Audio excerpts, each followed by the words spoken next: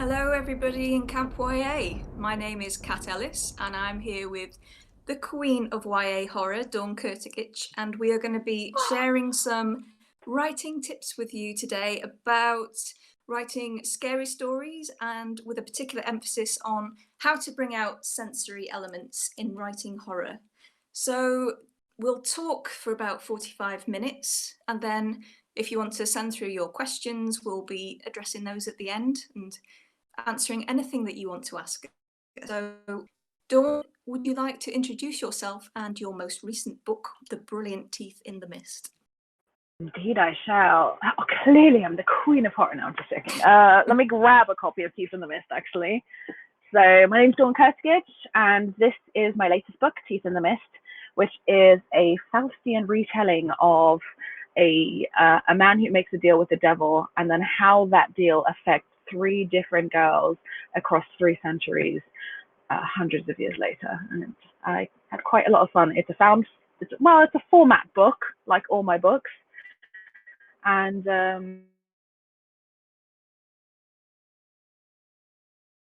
yeah, that's really amazing. I mean, one of my all-time favorite YA horrors is this really dark gothic vibe. Absolutely love it.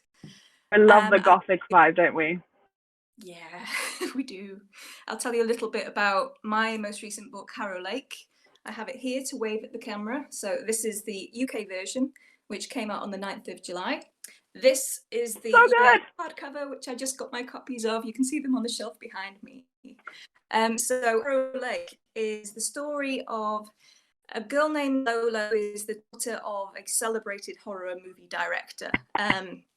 And when she arrives home one day to their New York apartment and finds he's been brutally attacked, she's sent to stay with a grandmother who she doesn't know in a town called Harrow Lake. Now, Harrow Lake has a lot of history for Lola and her family because it was the town where her dad's most famous horror film was actually made.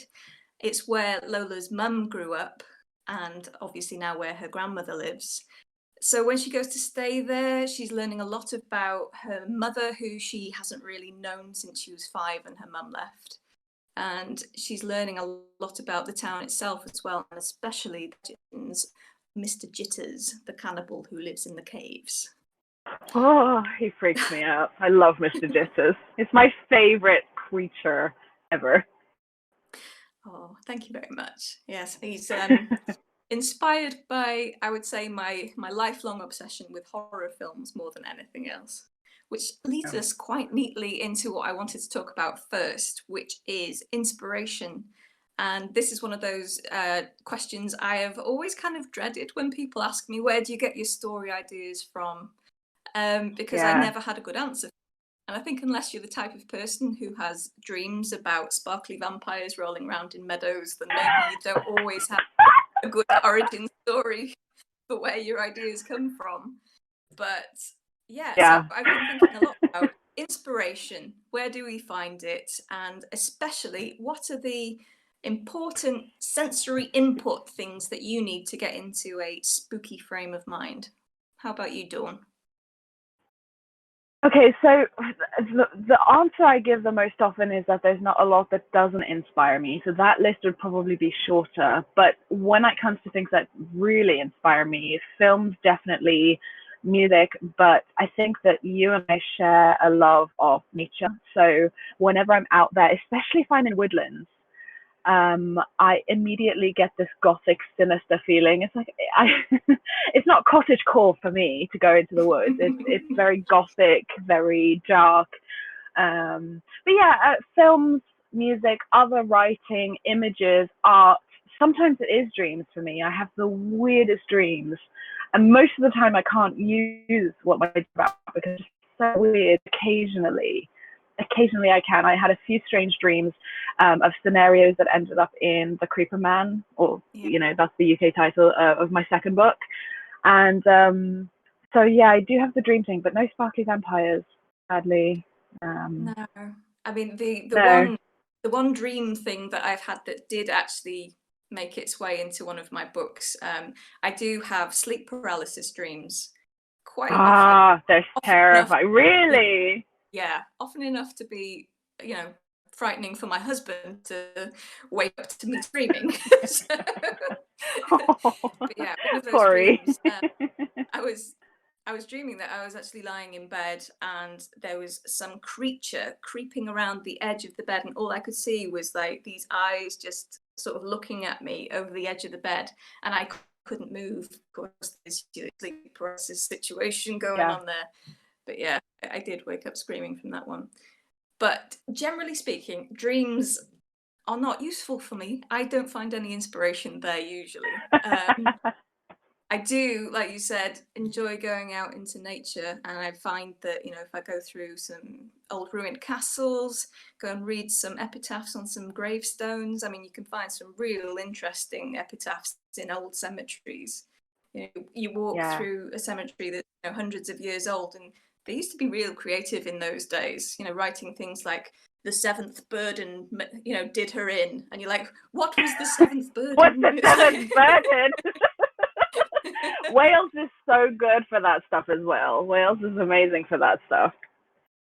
Yeah, but generally speaking, I'm different from you in that you take inspiration from horror movies and reading other books and things like that, which, you know, Yeah. absolutely, I wish I could get inspiration from those things, but I think I just get too caught up when I'm watching a movie or I'm reading a you know, full novel, and you know, I'm not even thinking side of that story, I'm just wrapped in it. But what I do See, take I wish I could inspiration still from, do that. what I do actually find inspiration in, and I want to show you a few things here that seem to kickstart my creative process, more so than, you know, watching movies or reading books. If I'm either at the point where I'm just starting to come up with new book ideas and I want to sort of input into the creative well, or if I've found that I've hit a bit of a roadblock with my writing, I find like one shot little horror stories tend to be really inspiring for me. So I've got a few examples here that I'm just going to sort of hold up for you to see on the camera. So, Yes, please. so this one is actually been made into a movie, So Scary good. Stories to Tell in the Dark, collected by Alvin Schwartz and illustrated by Brett Hellquist.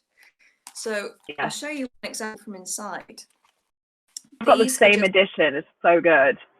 isn't it brilliant? I mean, these are like perfect campfire stories to tell as well. I mean, they're laid out like this. So you have an illustration, and that's a pair of feet coming down the chimney, because this story is about this lonely old woman who, you know, is asking the universe to send her some company, and all of a sudden these rotting feet appear down the chimney and they fall onto the hearth, and then they're followed by a pair of legs that fall down and just magically attach themselves to the feet until there's like this monstrous creature, and she says to him, you know, who do you come for? So the monster then replies, who do I come for? I come for you. And this story is laid out in such a way that, you know, you're supposed to like grab the person next to you, so it's like leaves it open then for what happens next, which I think is why, you know, I real love that short, story. like microfiction sort of horror like that I find inspiring, because you have to fill in a lot of the blanks yourself. So it sort of helps me to think around stories that Yeah. way. That was one of them It's funny actually. actually because it's really interesting though because I'm so inspired by visual things. The one thing that I've been doing a lot lately is I've been watching short horror films. They're like 5 minutes less Yeah. sometimes. And there's one online on YouTube actually that you can find about a woman making her husband a sandwich. He's this ratty old man sitting in a chair with this dirty vest top, and he's watching this TV, and he's like, "Marion, get me a sandwich." And she's this nervous, skinny woman. She's like, "Okay, dear, I'll get you a sandwich." She gets the bread and she puts the salami on and then the mayonnaise, and she takes him the sandwich all shaking, and he just eats it in this revolting way. And she goes back to her knitting, which is in this tiny closet. And the next minute, he's like, "Marion, make me a sandwich." So she goes back to the kitchen. She makes another one, but this time she like spits in it because she's so pissed off. She goes and she takes it to him, and he eats it and he doesn't notice. And she's like really excited about this. So the next time it happens, she puts a bit of cat sees sandwich is kind of gross, but he eats it, and it just gets worse and worse until eventually she gets so angry she smashes a glass vase, and then she puts a piece of glass in the sandwich. and he eats it and he gets all this bloody mouth, and then you see her happily knitting and you hear him crying again for a sandwich, and she comes out, she makes it all nice and she brings it to him, but he's this desiccated corpse and there's just hundreds of plates of sandwiches all around him because he's obviously died from this. So you get these really interesting, and these are all made by small creators, you know, people with a camera and an idea. So again, yeah, short shot horror in visual form. It just reminded me of that. So very, very cool. And sounds perfect, actually. I'm definitely gonna see if I can find that one. You can send me a yeah, link. I'll send you a link. Yeah. So, but you know, literally anywhere. I mean, I'm a very scaredy cat person anyway. So, for example, when I go to bed at night, my house works where I have to turn the light off at the bottom of the stairs before I go up to my room. So I'm afraid of I'm afraid of everything basically. And so I turn off the lights and then I run upstairs and I've got these slats. And I always imagine someone like pinking their white arm through trying to grab my feet, and I like jump into bed screaming, and my husband's like, Dawn, you're 33, you're not 3. And I'm like, I know. So literally just my own brain, my own brain. But yeah, short horror. Yeah, I've got another one I want to show you as well. This is called Behind You. It's by Brian Coldrick. This I'm gonna is make a note of that one. Looks cool. Recently, every single page, it has an illustration, which I'll show you, and literally just like a line. So this one is, this had been her room, and then the illustration is of this kind of like dark monstery type thing just crawling out from under the bed. Oh my goodness. So that, I mean, you just have to but it's an entire series of this one idea that there's something behind you, and each one is entirely different, and just such an amazing collection that I find that, you know, really prompts some good story making ideas. I need that. And then last I need that. You do need it though. You do. This one is Water Snakes. This is a graphic novel. I've seen that. But every single one of the images in this, I would put it up on my wall. They're just amazing illustrations. It's this, and it's the weirdest story as well. It's about a ghost who carries the essence of a long dead king, and each of her teeth has the ghost of one of his warriors. So that is such a cat idea. That is such a cat idea. It's the most bizarre, you know, story idea that I've ever seen, I think. And yeah, it just makes for a fantastic prompt for like, you know, you're trying to wrap your head around these ideas yourself and think, oh, hang on, what if I did this and this, and this image looks like, you know, a different kind of idea. So yeah. Oh, that's great. I need that. You do. I think you need all of those books, to be fair. But yeah, I think getting inspiration can sometimes be tricky. So hopefully that's given some ideas for different sensory the other thing I'd say, sorry, by the way, if it sounds like I'm interrupting you, I think I have a bit of a delay on my end. I've noticed that you pause when I'm not talking, just so readers, or if you're watching, and But the other thing I'd suggest is, if you are like me and you're a magpie and you collect a lot of horror inspiration from different places, get yourself a little writing journal and put it all in there. So this is mine. It's very creepy and very cool. It's a tree with cat heads.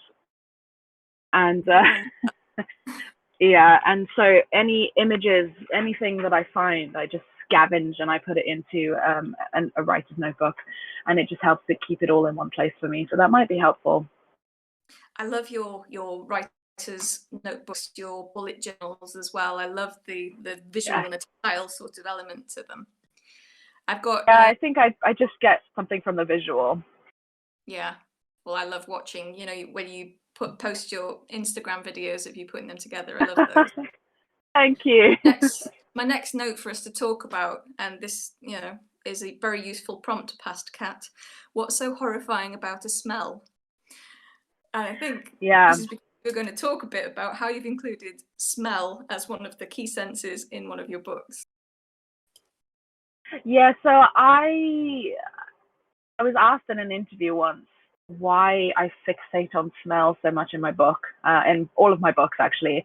And I think it stemmed from when I read Perfume, and I hadn't really thought about smell, but that was such a visceral experience for me reading that book. And it's about a man essentially who is pretty much a psychopath. He's not a normal human, but he's born with this incredible sense of smell where he can smell, you know, a person's particular scent, and he can smell anything and break it down. But he doesn't himself smell, and so people don't notice him. They don't perceive him. He's almost invisible because he doesn't smell like anything, and he becomes fixated about this. And he starts trying to make a smell. So he uses cheese and all kinds of random things to make a smell. And he ends up being a serial killer and killing these beautiful women who have this amazing smell to him. Patrick Suskind, that's the author. And I became, and this, this is years ago when I was a teenager, and I just was so interested in the way that I, as a reader, reacted to that sense that I just started putting it in everything I write. So, for example, with The Dead House, my characters, they notice the smell of the dead house, which is in one of the characters' minds. And in The Creeper Man, for example, one of the elements in the story is that the character starts to smell rotting meat in the house. And it's a story about girls who are starving. There's no food. So where is this rotting meat smell coming from? And she's obsessed with finding it, because if there was meat in the house, they wouldn't be dying. They wouldn't be starving to death. And so I think that smell is a device that I use to incorporate a visceral sensory detail. So you can do it with everything. You do it with all your senses. But I very rarely encounter books that use smell, which is such a shame because I'm so triggered by scent. I mean, scent is linked to our memories more than anything else. You smell chlorine and you remember swimming in a pool as a child. It's so linked to our memories. So I've become a little bit obsessed with including what things smell like in books. And to the point where I light candles with different scents when I'm writing different scenes, So, I mean, really interesting. yeah. So, I mean, I am aware of the senses, all of them, when I'm writing. But I think probably smell is something that I'm more acutely focused on, which is good for a book, I know.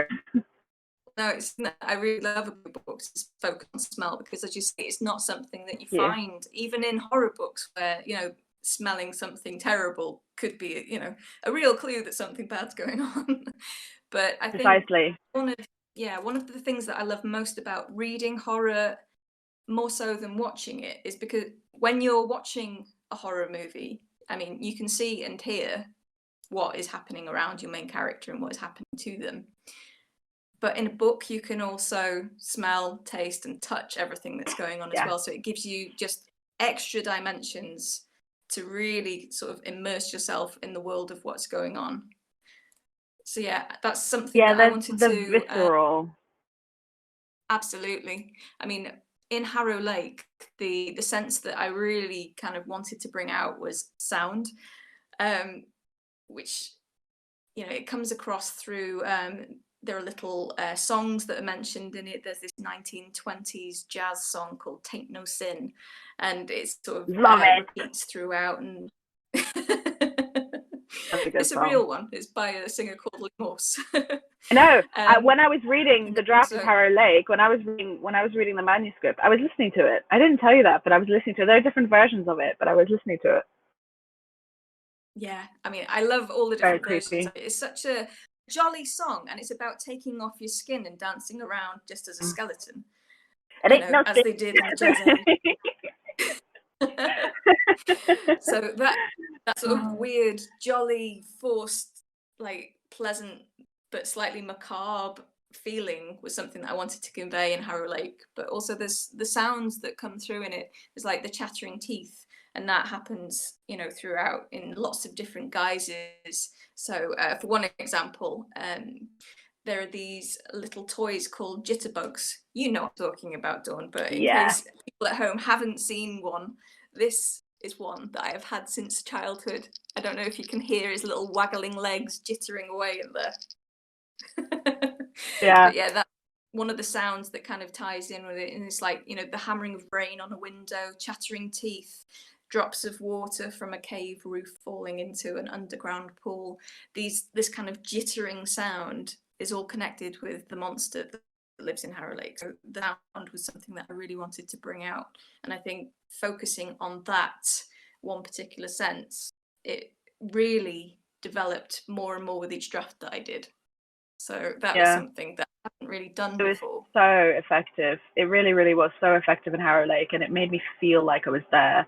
It's so interesting as well because I used a similar device with the Creeper Man, and there's also like the Creeper Man, the creature itself. I just realized reminds me of Mr. Jitters a little bit because there's this constant creaking sound the main character can hear in this decrepit house where she and her sister are starving and the woods are moving closer, but that is also tied in and this continual creaking sound, and eventually you find out what the sound is and this horrifying revelation. But again, like you were saying, how sound plays a part and how you can I know we're going to talk about format a little bit later, but you can play with sound in format as well, which is so much fun to do. We'll talk about that later, but just to bear that in mind, that you can play with sound in a visual way, which is so weird how you combine what you're seeing and what you're imagining you're hearing. Absolutely. And I think while we're talking about sound and how I've mentioned that I've been using it a bit in Harrow Lake, I'm going to move on to one of the more practical bits of writing advice that I wanted to just bring into this workshop. Dawn, you often tell me that I'm a type A personality, which I have to agree with. Yeah. Which translates to me color coding absolutely everything when I'm writing, editing especially. So yeah, I mentioned that sound was something that, as I was going through the draft of the manuscript for Harrow Lake, sound was something that I really wanted to bring out. So when I was looking at scary scenes that I really wanted to have that kind of visceral sensory impact on readers, I'd go through a process that an author called Trian Ivory introduced to me last year, actually, rainbow editing.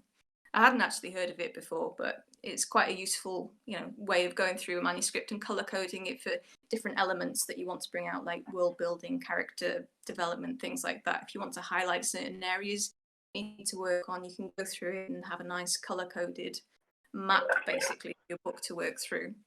But you can also use rainbow editing for bringing out sensory detail. So I thought I'd give you an example of that. This is going to be one of the handouts that the tech wizards behind the scenes are going to make available to everybody who's watching this workshop. So I'm going to read you a short scene from Harrow Lake, and this one that I particularly wanted to bring out the element of sound, but there are, some other senses involved. So I'll show you what I did with it afterwards, but this is it.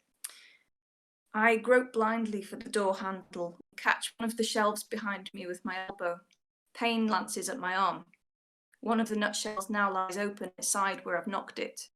The little bug legs waggle in distress, making that skittering sound again. I snap the lid shut. But I can still hear it. If anything, it's louder. Covering the shell with my hand doesn't stifle it. I don't know what else to do. The chattering doesn't stop.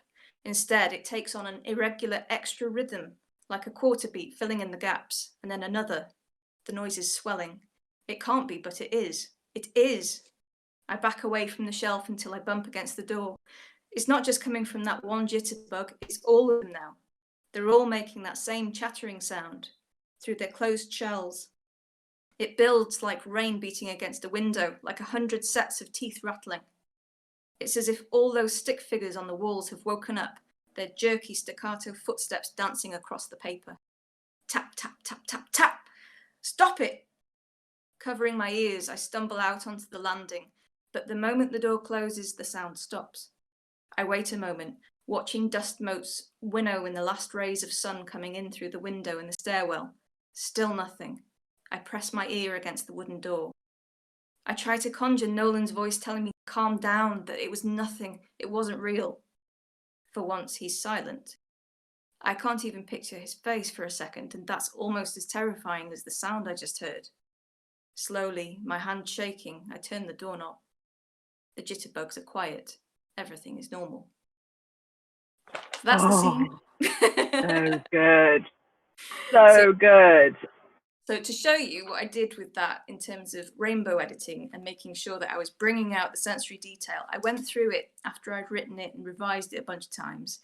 And I applied color coding. So blue for sight, green for hearing, orange for smell, pink for touch and purple for taste. And then I went through the scene and I highlighted where each section brought something a little bit creepier to it. So I'll show you what that looked like. Can you see that? Okay.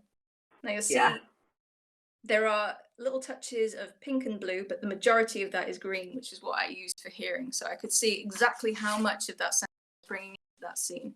And I found that quite a useful thing to use when I was going through particularly the really scenes I wanted to be really frightening. So that I found quite useful. So good.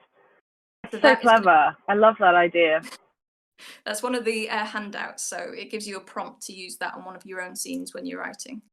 Do you use anything like that when you're looking at specific scenes that you want to create terror in? So, I mean, for me, I'm a very, very much a type B person. And the other thing about me is that I'm very instinctive. So, and I'm very emotional. So when people ask me specifics about what I do, I usually don't know. I really have to think about it because it happens so instinctively.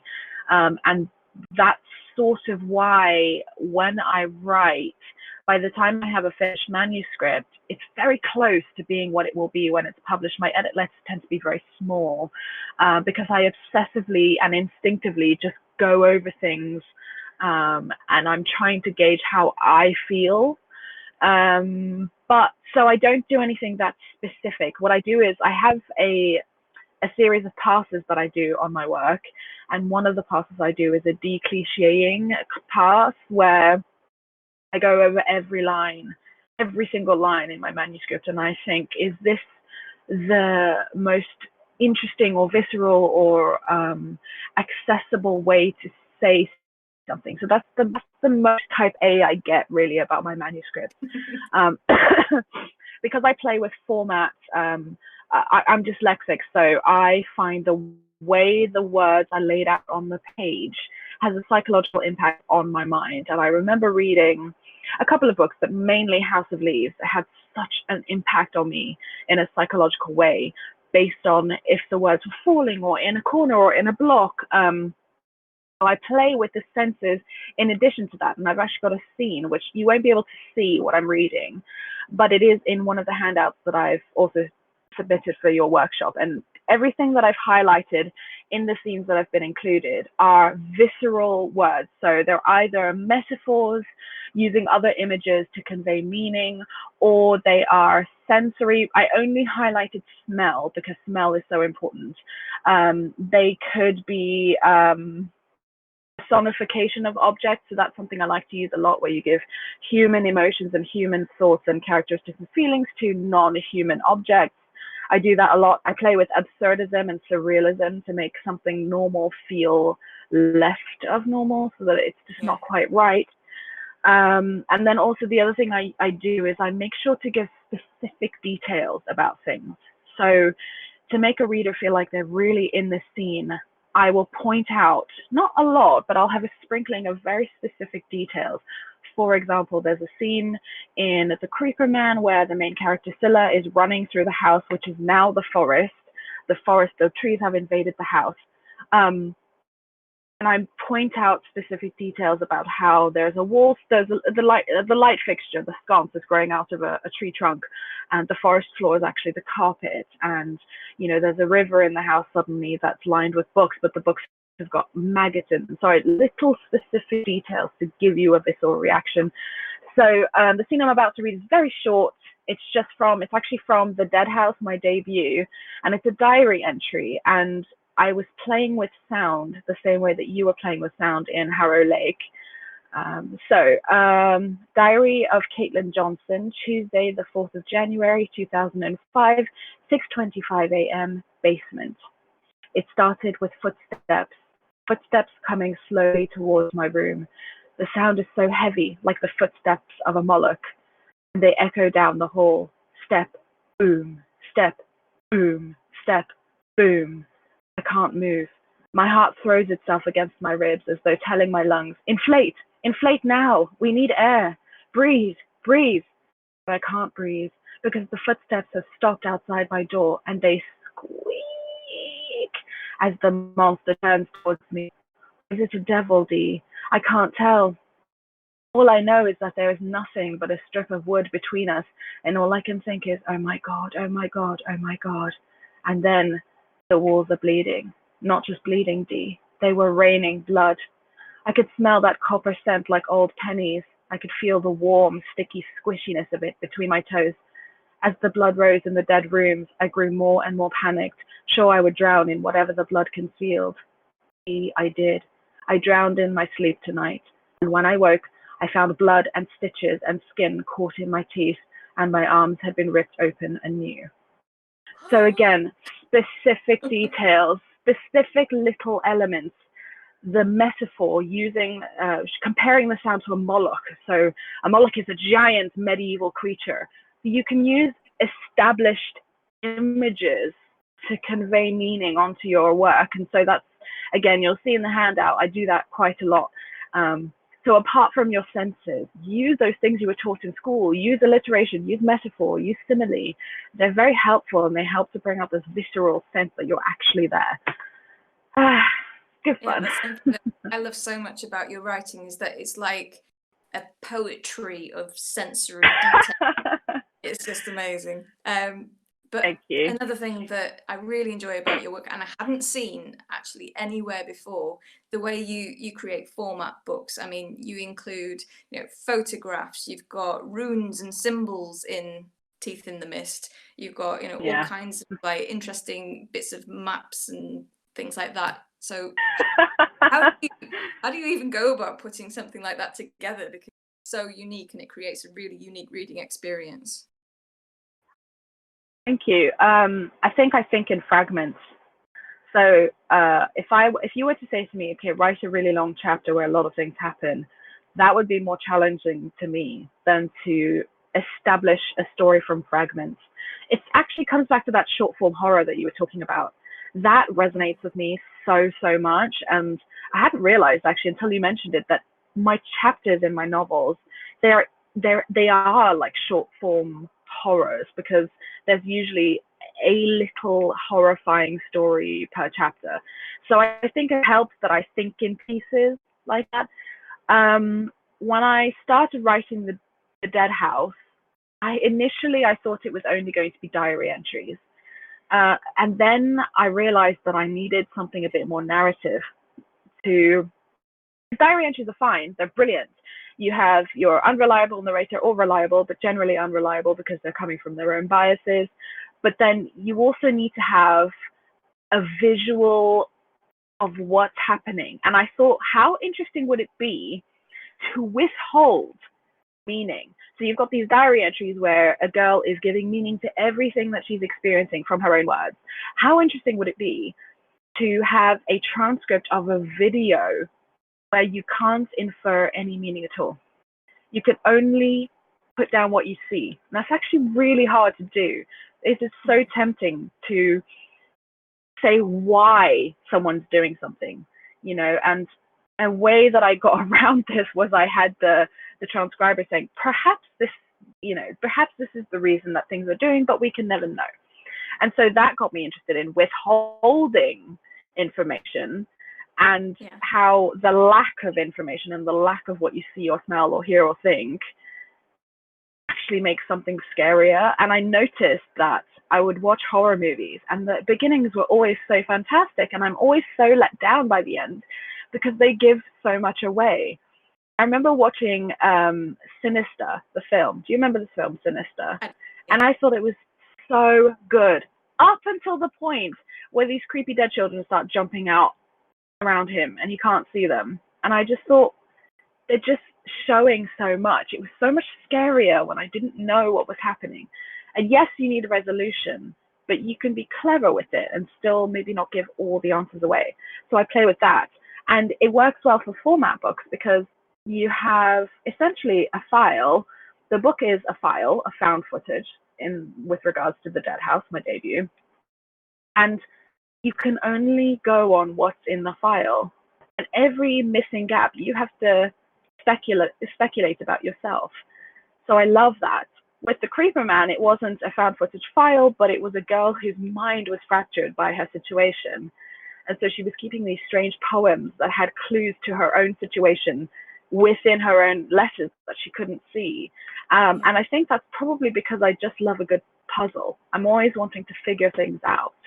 And someone recently in an interview, they asked me like, well, why do you do this? Is it not too complicated? And I thought, well, no, because I was a precocious young adult. I wanted stories like this, so I write for precocious young adults. And I think the found footage and the formatting books gives an interesting visual element. You know, books are to me not just the story; they're the art form itself, the cover, the visuals, the font, everything. So it's really just about experiencing sensation as much as you can. And I suppose that's why I do what I do. Never gonna stop! No, you just like tied together something that I've sort of been circling around, I think, recently. The idea that what you withhold from the reader is actually the most terrifying sometimes. Yeah. And That's what makes us afraid. It's what you don't absolutely know, right?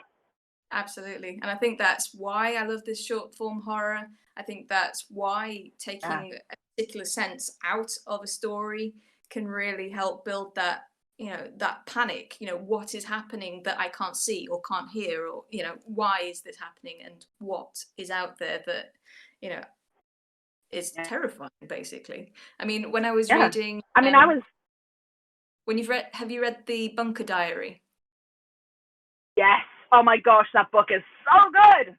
It is so, so good. I mean, very dark, literally dark. That's what I was getting at, in that, it takes away the sense of sight because you can't really see what's going on a lot of the time in that book. Yeah. And that, I mean, don't want to drop any spoilers, but there is very much a kind of fill in the blanks yourself element to the end of it. And I think that just made it more terrifying. Stays with you. It does not go away. There's nothing that intrigues me more than a niggling thought that you can't get rid of. That's exactly what I want to do with my writing. I don't want you to close it and be like, okay, let's go. No, I want that to like worm into your brain and stay there. It's it's another thing. It's really interesting. I was in a panel once, and the interviewer asked me, how do you write horror without jump scares that films rely on? And my answer was that it's the lack of information that you suddenly present that works as a jump scare in horror. So that's another thing that you can practice. It's withholding a piece of information until a critical moment that is so shocking that you do get this jump scare effect. I did it once, I think at least once, in The Dead House. And it'd be interesting if any of you guys can find it, but do play around with that because it's good fun. Absolutely. And as you're talking about The Dead House, and now you're on your third book, isn't it? Yeah. Yes. I think it's the third, yeah. I always count The Creeper Man as 2 editions because it's got 2 different titles. So yeah. I know. Third full novel. Yeah. So how is your process of writing and revising a book changed since you started out with The Dead House? Well, your first published book. I know you'd written before that. Yeah. But how has that changed between then and now? I've had to become a little more type A in that I used to just write kind of whatever. I was a pantser, and I didn't really. I vaguely plotted. I had an idea of sort of where I was going, but I didn't know what the ending of The Dead House was for a very long time. I had no idea what I was doing, and because of that, it was a lot of work. It was so, and I wrote out of order. I wrote in Scrivener, and I wrote just whichever scene kind of came to me. And in the end, it was like trying to unpick a ball of cotton threads all tied together. It was so challenging. And because of that, my copy editor was so good. Like how she made sense of all the dates and the times and the train schedules and everything was just amazing. Whereas now I'm very, very much more intentional and slightly more A-type with planning. So I don't write as soon as I used to, just because I've noticed that I write cleaner and more. It doesn't take me as long to write a novel if I've got a past before me. And I was surprised to discover that it didn't take anything away from the drafting element for me, because I still got to experience that visceral thing, but I just had a roadmap. So I think that I've just become more intentional with it. Main change. I think for me, How about you? Yeah, other than the fact that I've kind of veered because my first three books were thriller with, subgenre sci-fi and fantasy and little bits worked in. I mean, my books, when I try and sort of categorize them all together, I say they're very weird thrillers. So that seems to cover Yeah. pretty much everything. But Harrow Lake sort of crossed that line into horror, I think. So it's like horror thriller. So happy. I told you. You've been I trying was to like, get Kat, me you'll over be the so dark good. side. Honestly, from the minute I read your debut, Blackfin Sky, I was like, Kat, horror needs Kat. I was like, this has got to happen. And then you told me about Harrow Lake, and I was like, dude, go, do it, please. I was so happy. Thank you for welcoming me into the horror camp. Yeah, one of the You're so one of good the at things it. that I found, like writing, book one, I didn't know what I was doing at all. I, openly confessed this. I mean, it came together very nicely during edits, thankfully, but I didn't really know what to do. And that helped. I mean, I didn't have a problem, tapping out an entire manuscript, just do. This is going like wildly off course in so many different ways, but I didn't know. So it was, managed to just rein it back in during the editing process.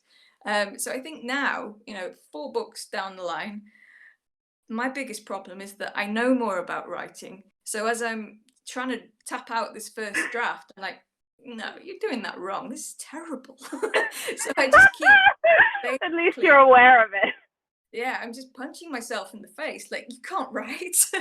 So what I've had to do, what I've had to do is, just lean into my type A tendencies and try and sort of adopt a save the cat-ish style of planning things out, writing out beat sheets when I get stuck.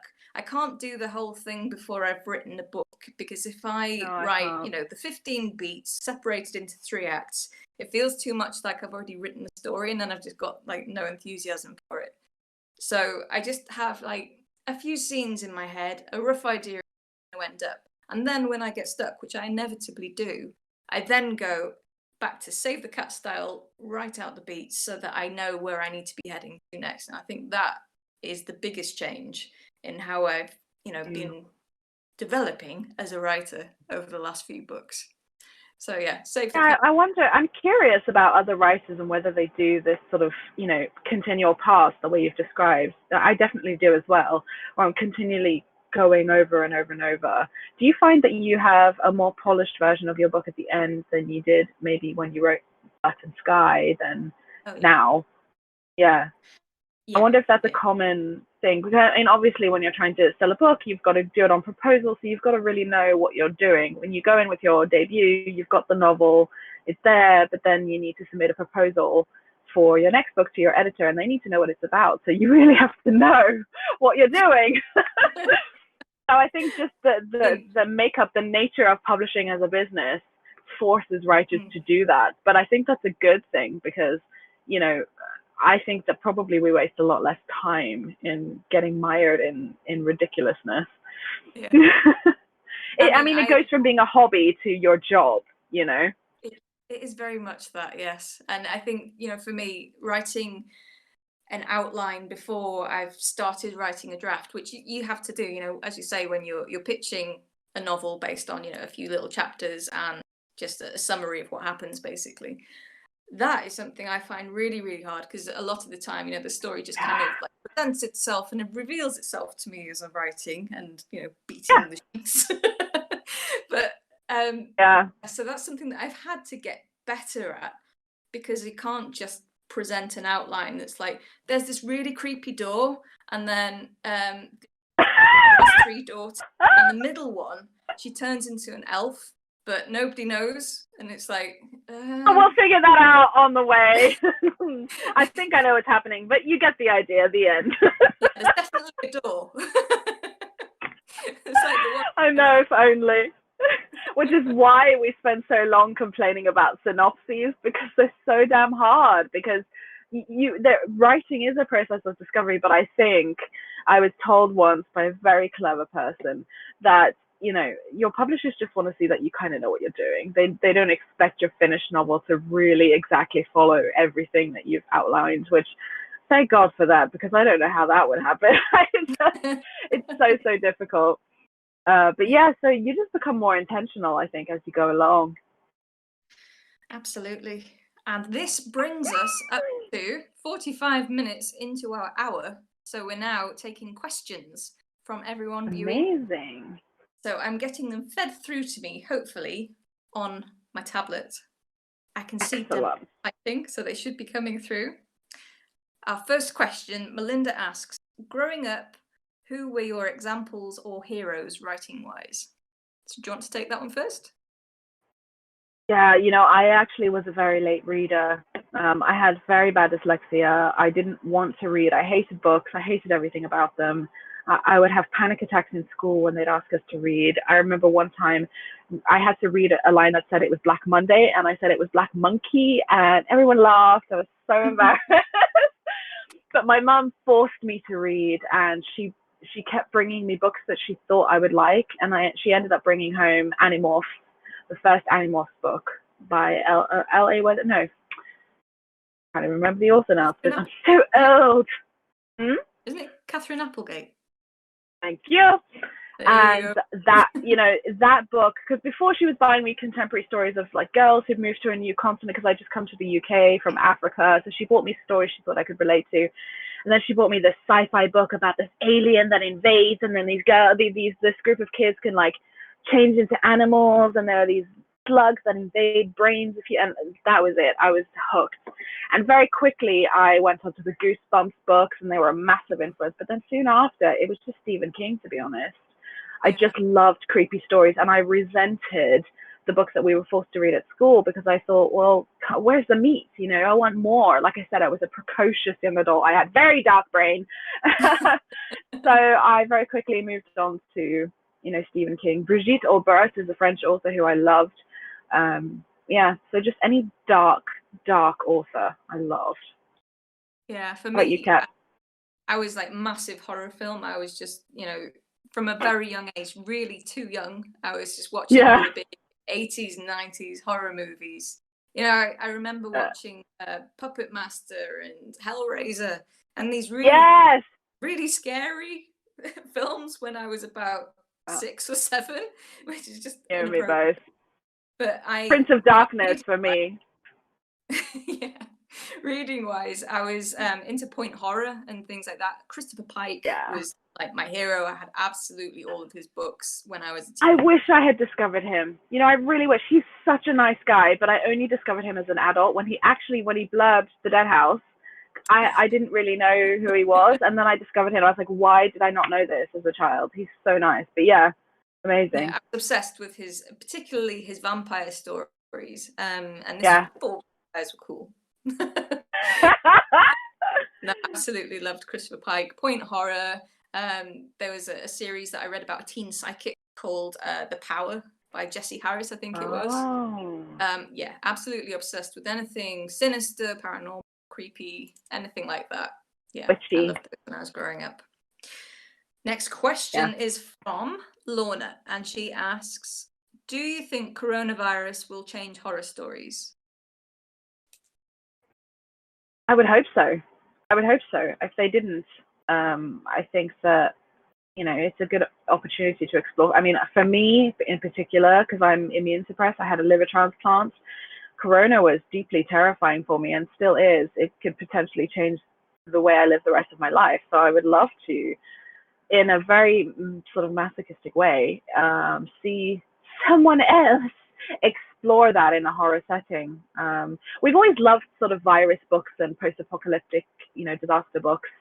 I've definitely avoided them during Corona because I'm scared, but that's exactly the reason that I should read it. I should read about them. I should face that fear. So I would hope, in story-wise at least, it has an impact. It certainly had an impact on publishing. Yeah, I think it's one of those, it can either veer very much one way or the other. It will either be, a big influx of, pandemic horror stories, or publishers would be like, no, everyone is sick of coronavirus. They don't want to read about anything that is, related to that. But I mean, I would love to see something more allegorical, dealing with the effects of corona that have happened. For example, the sense of isolation, the sense of not being able to be in a community. That's what I'd really like to explore. Not straight nail on the head virus narrative necessarily, but something that deals with the shared experience that we've all had, which has been, so weird. 2020 so loud. We've all felt really low, depressed, lonely. There's been riots, there've been fires. Like 2020, it would be interesting to explore those effects. Maybe not necessarily, a virus narrative. Yeah, I mean, having said that, when we went into lockdown, I was actually listening to Cold Storage by David Koepp on audiobook, and it's about like a mold spore, no, fungal spore, that takes over people in a very zombie-ish sort of way and spreads. Is that the one that goes through like shoe soles and things? Doesn't it like go through, like really insidious, isn't it? Like it can go through materials. Yeah. So I was to this when coronavirus Did it came. affect I was you? Like, oh. Oh my god! It was pretty scary. I had just read The Road, which is a super depressing story. It's so good, but I just kept thinking, is this it? Are we all going to be like dead? Are we going to have to like wander the earth alone? Just where your mind goes normally. My mind, anyway. Okay, so John asks, what are you currently reading? I'm reading Midnight Sun by Stephenie Meyer. I'm loving it, actually. Yeah, my phone is currently perched on top of Breaking Dawn and Twilight, my hardback copies, so that you're high enough to see me. Yeah, I'm looking forward to reading Midnight Sun, I have to admit. Reading-wise, it's so good. I'm surprised. I'm a few chapters into Good Girls Die First by Catherine Foxfield. I mean, because I'm on deadline at the moment, I'm not reading at any kind of pace, but I'm absolutely loving that book. It's brilliant. Have you read that one? No, I haven't, but it's on my list. Yes, definitely on my list. I've been reading a lot of Darcy Coates. She writes very easy, quick, gothic, haunting stories. So it's always about a woman or a couple who move into a new house and it's haunted, and it's very quick, easy reading, but I just love it. She's so good with atmosphere. So Darcy Coates is definitely an author I'd recommend if you like ghost stories, which I'm craving ghost stories. Oh, I love a good ghost story. I might be working on one or whatever. I know, me as well. I know. Okay, we have a question from Suzanne, who wants to know what scares us. So what are the things that terrify you, Dawn? So I'm one of these people who generally believes in pretty much everything. So I'm scared of the boogeyman, I'm scared of the dark, I'm scared of axe murderers, demons. I'm scared of falling off, mountains, although I love heights. That's the one thing I'm not scared of. But I'm scared of like tripping over my own feet and like knocking all my teeth out. Just what am I not scared of? Heights. There we go. What about you, Kat? You're more logical than me. You're like got a good head on your shoulders. Yeah, I'm absolutely logical. I mean, I will go looking for ghosts, but not expect to find them ever. So, it's my logical brain. I'm like, are any paranormal things even real? I'm hoping that one day I'll be proved wrong in my confidence there. But I'm absolutely somebody who is really logical in what I'm scared of. Falling from great heights. See, this is why I need you. Yeah, this is why I need you, because I like freak myself. Yeah, exactly. Honestly, Kat and I've gone exploring, and like I've just not even known, like we've just gone down a road and turned right, and I'm like, right, where did we come from? Down that way? And you're like, no, John, we literally just came down the road and turned right. I'm like, right, okay, cool, you lead the way, I'm here. Yeah, I'm not logical at all. I'm so in my mind. Yeah. Jackie would like to know, have we ever thought, no, this is too scary, even for me, whether it's in our own writing or something that we've read or watched that inspired us? Anything too scary for Dawn Curtis? You know what? I'm such a masochist. I just go there. It's all too scary for me, but I go there. I think I'm just have an unquenchable curiosity. It's like if you hand me Pandora's box, I'm the worst person to look after that thing because I'd be like, oops, sorry. I no, nothing's too scary. I mean, it is, but I'll go there. How about you? Yeah. I mean, for me, there's nothing that I think is too scary because if I'm going into a horror book or a horror film, I want to be scared. That's the whole point of it. Where I do have a threshold is with sad things. So if somebody recommends a book and says, "Oh, it absolutely destroyed me. It was heartbreaking," I'm like, "I'm not reading that. I will That's not hard. read that book." Difficult. Yeah, It's funny because the Creeper really Man's a traumatizing. sad book. Yeah. Did you find the Creeper Man sad? I Did you didn't. find the Creeper Man sad? I Oh, didn't good. think it Okay, was because people tell sad. me how sad it is. Well, no, I didn't actually. I'm a bit of a sad person. Like, I'm very happy, but I do have a sad side, so I tend to gravitate towards sad music, sad films, sad songs. It was definitely an But I do have a emotional read. threshold for. Good. I'm glad. I'm glad to hear that.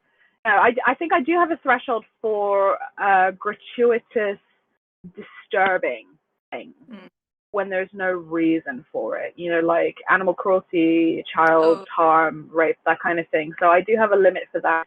However, I don't mind it if it does add to the story. Like Hard Candy, the film, that was a film about that, right? So I thought it was very well done. But if it was just there for shits and giggles, then no. Excuse my language. It's fine, it's you. We are coming up to the end, so I'll just take one more question. George would like to know if you could exist in any horror world without getting hurt or dying, where would you go? That's a good question. Somewhere I could have powers. And I might just exist in Teeth in the Mist because it's set in Wales and I love Wales. I live in Wales, so I'd probably just be there. Well, we basically do live in Teeth in the Mist. Yeah, exactly. Would you live in Harrow Lake? Right outside my window. Seriously. Actually, I think it would be cool to live in Harrow Lake because it would be all the cool 20s music, the costumes. It'd be fun. Oh, apart from Mr. Jitters, little. True. Little He'd be my boyfriend. He'd be my boyfriend. I love Mr. Jitters. I know, seriously. I wouldn't want to live in Derry, Maine. I think that place is just too messed up for me. Yeah. There is one actually that springs to mind for this question. I used to play a computer game called American McGee's Alice, and it was like a real dark Alice in Wonderland PC game that was totally creepy. I mean, she's running a big knife. Yeah, that I think would be one where I'd spend a day. As long as I was safe, I'd spend a day there. That's cool. That's cool. I could exist in a Tim Burton film. That would be fun. Oh yeah, they're always so weird, macabre looking. Yeah, whimsical. I mean, they're stylish but whimsical. Yes. So I think we're coming up to we're just about at the end of our time slot now. Yeah. So wonderful, Dawn. Thank you very, very much. I hope everyone watching time. It's been so good. Got one thing I need to remind everyone that if you go to the campya.org website and have a look at their market square, they've got some great discounts on bookish goodies from all sorts of different craft merchants. So do go and check that out. Hope that you have enjoyed our talk about writing horror. Grab hold of the handouts if you fancy having a go at some of those little activities and prompts and things, and hope you've enjoyed it. I have. So, bye everybody. It's good chatting. Bye.